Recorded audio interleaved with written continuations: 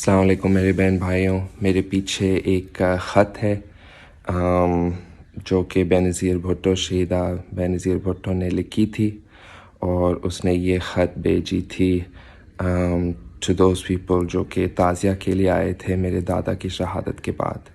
اور اس میں لکھا بھی ہے کہ ذوالفقار علی بھٹو دریائے سندھ کے جیسے تھا، بہادر تھا، مہربان تھا، اور ان کا بڑا پریزنس بھی تھا ہمارے ملک میں. اور میرے دادا نے بہت کوشش کی کہ بلہن کو ایک پروٹیکٹڈ اسپیشیز بنانا. اس نے ان کے شکار پر پابندی لگایا. کل کسی نے ہمارے بلہن کو گولی ماری، اور جب یہ ہوا تھا مجھے بہت دکھ ہوا، کیونکہ اگر ایک بلہن کو قتل کریں گے اس کے مطلب ہے کہ آپ نے سندھ کا ایک حصہ بھی قتل کرا دیا.